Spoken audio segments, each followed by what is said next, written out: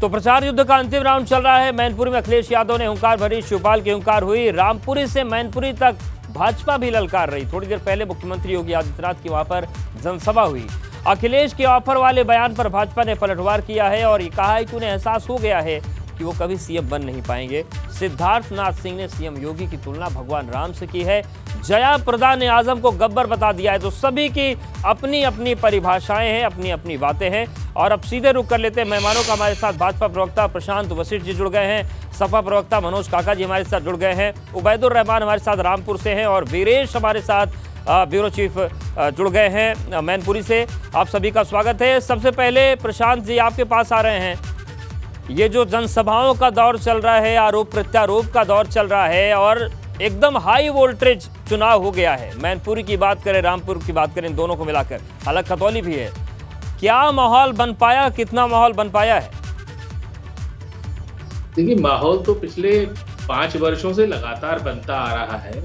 मैनपुरी से फतेहपुर की रोड पर जो लूट होती थी वो बंद हो चुकी है। 12 से 17 के बीच में जो चैनें छीनी गई महिलाओं की, जो हत्याएं हुई बुरी तरह, हर महीने एक हत्या होती थी वहां पर, तो जनता ने देखा है, जनता बहुत चैन की सांस ले रही है।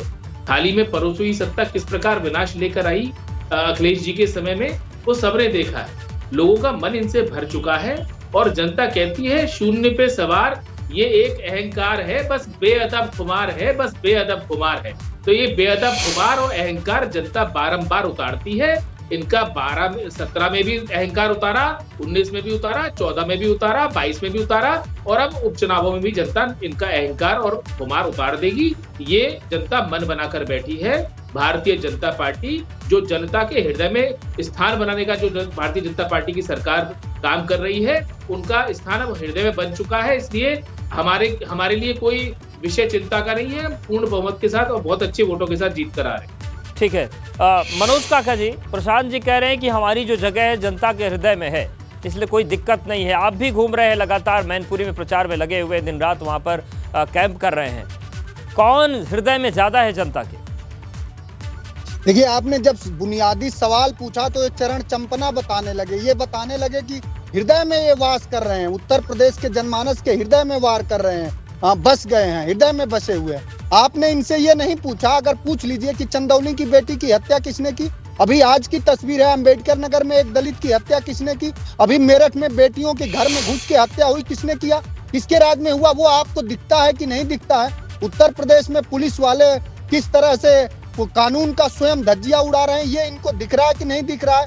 कानपुर में क्या हो रहा है, ये दिख रहा है कि नहीं दिख रहा है? उत्तर प्रदेश की सड़कों पर जो बेटियों की लाशें मिल रही हैं, आंख से दिखता तो होगा, अगर नहीं दिखता होगा तो थोड़ी बहुत संवेदना तो होगी। बेटियां आपके घरों में भी होंगी, ये तो लोग जानना चाह रहे हैं। सहारनपुर में क्या हुआ, किसने नहीं देखा? हाथरस में क्या हुआ, किसने नहीं देखा?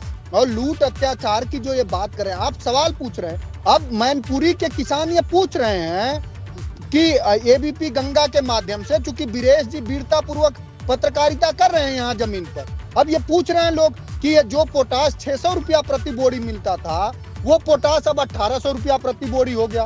डीएपी मिली नहीं, नाइट्रोजन की खाद मिली नहीं। कई संवाद में मैं आपके साथ रह चुका हूँ। मैं जिस गांव से अभी आ रहा हूँ, मैं गांव का नाम बता रहा हूँ आपको। एक गांव है लहुरीपुरा, वहां पर दलित भाइयों को बिजली 2 महीने से नहीं मिल रही है। वो आंदोलन कर रहे हैं, बिजली नहीं आ रही है। किसानों को किस तरह से प्रताड़ित किया जा रहा। आपने आगरा में देखा किस तरह से मुख्यमंत्री योगी आदित्यनाथ जी तो एक संत है और एक संत से संवेदना की सभी उम्मीद करते हैं, लेकिन उनके आयोजनों में किस तरह से युवाओं को धक्के मार के निकाला जाता है। उत्तर प्रदेश में इनसे पूछना चाहूंगा कि उत्तर प्रदेश के अधीनस्थ कर्मचारी चयन आयोग से, उत्तर प्रदेश के पुलिस भर्ती बोर्ड से, उत्तर प्रदेश के शिक्षकों की कितनी कहाँ भर्तियां करा, एक करा आपने? बिल्कुल सवाल है। मैं प्रशांत जी, मैं खत्म कर रहा हूँ। अच्छे दिन के सुन लो। अच्छे दिन 400 रुपया प्रति सिलेंडर था तब था कि 1100 रुपया प्रति सिलेंडर हो गया तब है? अच्छे दिन 60 रुपया डीजल था तब था कि 100 रुपया डीजल हो गया है तब है? ये बताओ ना अच्छे दिन।